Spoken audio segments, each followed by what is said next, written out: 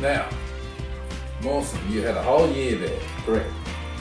You had the dogs back in those days. We did have the dogs. The carpenter and myself hitched up the dogs in about close on the middle of winter, where we got 24 hours of darkness, no light. Oh, that's brave. And we were heading for Rookery. What month was that? Can you remember? That would have been around July. Quite cold. It was cold. You were crazy going then. We were starting to have second thoughts about it. But with the radio operations and the carpentry, we thought we're going to have to go soon. But unfortunately, a day away, our chippy, I think it was Fred is his name, got sick. He developed something, so we had to return. Didn't get to Oster. Didn't get to Oster. We camped overnight and we went back the next day to Mawson. And we left off that Rookery trip till later on was more daylight coming. Yeah. So we eventually did get down there, but that was towards September when we had daylight or light to see. Nice time to go. It is. We went down there, camped down there for 3 days, and got some spectacular footage of this Oster penguin rookery, because these birds are magnificent, absolutely magnificent. Yep. And you cannot but admire the emperor penguins for what they do for their young ones, what they do in returning to the same place as a rookery every year. Every year they return to the same place and have their young ones. It's a fantastic cycle of nature. Beautiful. We're at Oster, and I think everybody who's been to Mawson would have seen Oster penguin rookery, because it's a sight absolutely magnificent. We spent 4 days, 3 nights there with the husky dogs, which are tied well back from the penguins. The dogs enjoyed it as well, because with the husky dogs, those that have been on husky dog sleds and tracking with the huskies, they are a fantastic animal. They're beautiful. They love to get out there and run. And you are flat out running with them, believe you me. I loved it. But the Oster penguin rookery is a must for anyone who goes to Mawson Base. I'd agree with that. Now I found when we were amongst the penguins, the different personalities. Yes. Some would come up and show off their chicks. Yes. Some would ignore you like you didn't exist. Yeah. And some would edge away. Yes. Away. Did you find that?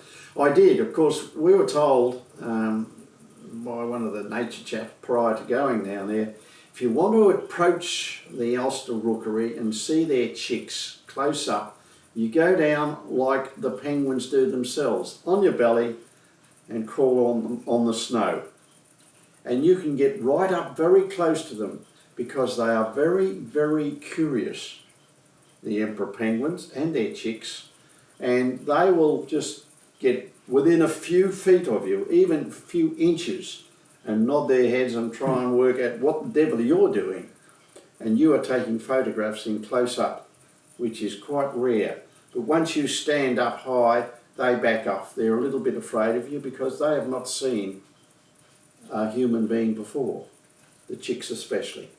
But you can approach them, go right down, low, and they don't consider you a threat. Marvellous. Loved it. Beautiful photos. Yeah. How many days to get out there from Mawson? We did it in 2 days. We didn't. We stayed overnight because the dogs have got to have a break. They were a bit Macy. Is that where you stopped, Macy Island? Macy Island, halfway there, and the dogs love that too, because they they'll just keep going as long as you keep feeding them and talk to them. They'll just keep going. Amazing animals. But yeah, it took us 2 days, and then 2 days to come back. Right. Having said that, one day, it was a really nice day later in the year, September, October, I can't remember. We decided we'd just keep on going past Macy. They didn't like that. Every time they knew the way to Macy, and we had a great trouble trying to steer them to go straight to the rookery. These are 4-legged GPSs. That's yes, what they are. Yes. 4-legged GPSs.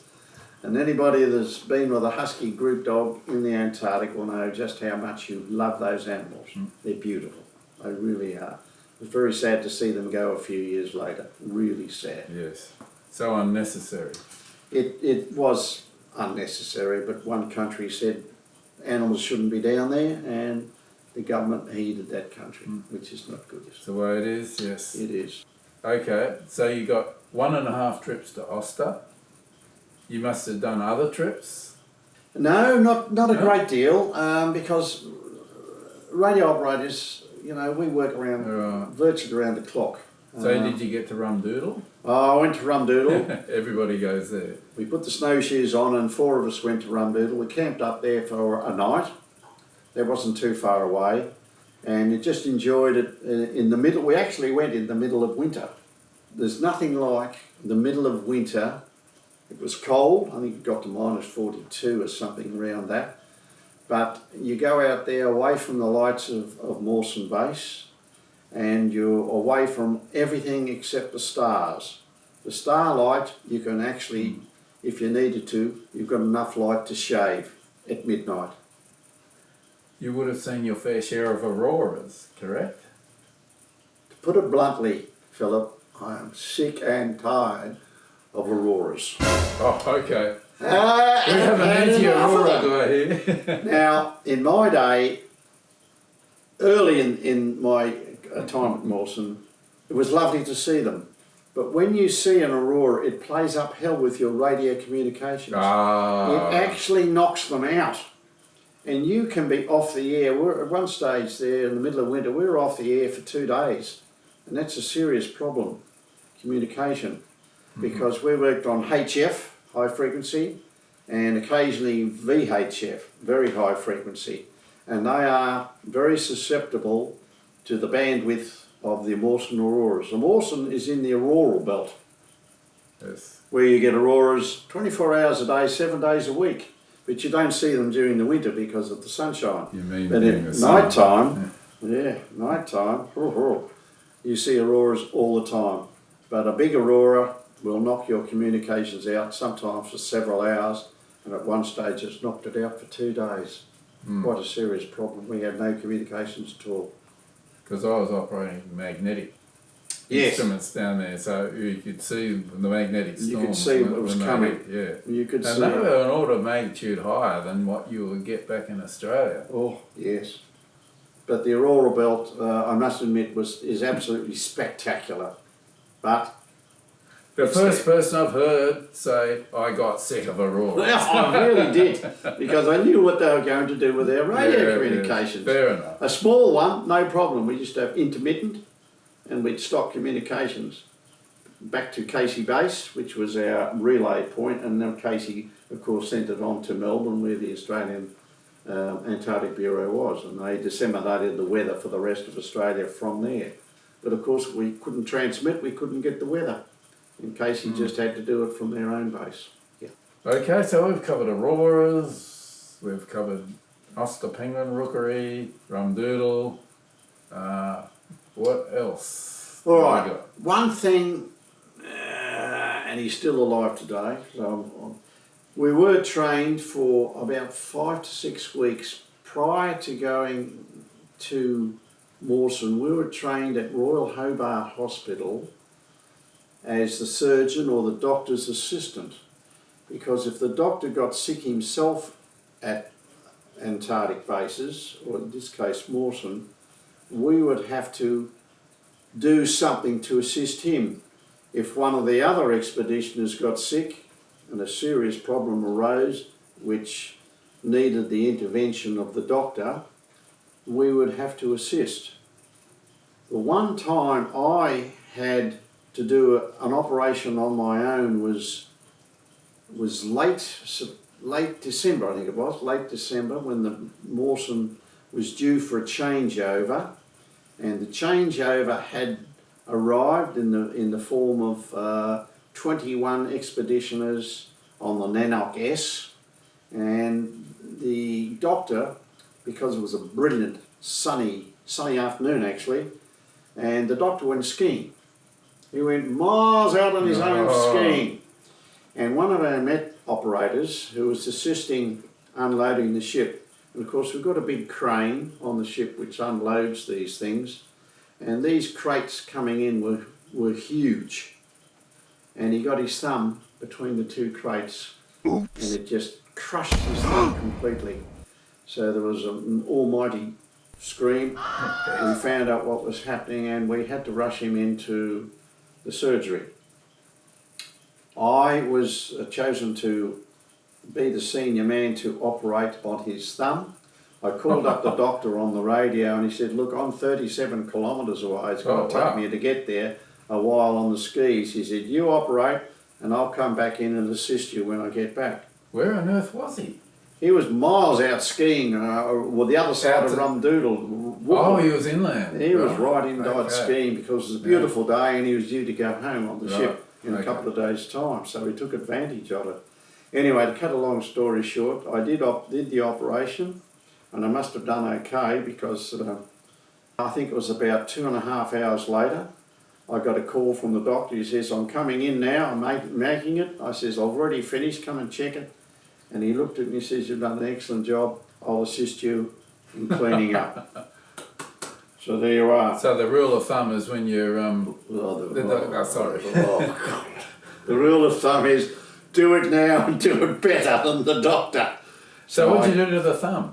The thumb, we had to amputate it completely because it was crushed. Right. I amputated it. That's what I was wondering. And he's still alive today. So he's done okay. And you say the rule of thumb is do it now, right, and do it properly. The doctor was very impressed, and I do thank the staff at Royal Hobart Hospital who taught me how to do it properly, do all those sort of things. Funny thing is that most of the operations that I assisted in, we did 4 a day for 2.5 weeks, were mainly women. So we didn't have any women, of course, in Antarctica in those days, but there was a woman coming down on the next ship. And she was the first. Yeah. So I do thank them for that. Actually, when you say the first, there was a woman doctor in 1976 at Macquarie. Yes, there was. Zoe Gardner, I think her name was. That would be her name. Yes. She didn't actually make it on the Antarctic herself. But if you can't class that, even though it's sub-Antarctic. It's still Antarctica as far as I'm concerned. Yeah. Yeah, well, she came down, Elizabeth was her name. She went down onto the Davis base on the next ship that came down. Now, funny thing is, I was ready to pack up and go back on the Nanook S in late December, and I got a message from the Antarctic Division that Davis Base, which is about 800 to 1,000 k's away, Davis Base had a problem with their A, communications themselves, and B, the radio operators. Could I go over there as a senior radio operator from Mawson and assist them sort out their problems? So I got on the Nanook S and we went across to Davis Base. I think it got there overnight or virtually fairly quickly. So I spent 3 months at Davis in the summer period sorting out their radio problems. Okay. And we got it fixed with both their operators and the equipment. So they were quite happy. And I did see Davis Base as well. The summer field work, which base was that based around that year? We had 4 chaps went out. I did a traverse from Mawson. I think they went inland to do some checking or something. They went quite some distance inland. I'm not too sure where they went to now, I don't remember it. They got into a bit of trouble. They radioed back that they were stuck in one of their mole minks or whatever it was they were out with. They would have had the 3 bulldozers with them? They had the 3 dozers with them in a traverse, but they didn't require any assistance. They got back. I think they went just as we're getting a lot more daylight, and they came back about 2.5 months later. They did their traverse. They were successful, but it's a long trip, and you're away from anybody if you get into trouble. Okay, not good. That's an interesting one. It is. It is. So what was the aim of the summer work that year? It was based at Mawson, I presume. It was. That would have been 1981. It was mainly. Yes, it was. It was mainly getting the red shed going because they were a little bit behind with construction. Because when you've got blizzards outside and 24 hours of darkness for 3.5 months, you can't work on a building unless you're working inside. So the outside of the building had to wait until you had daylight. When the first ship came in to resupply in December, they usually bring down what they call the summerers.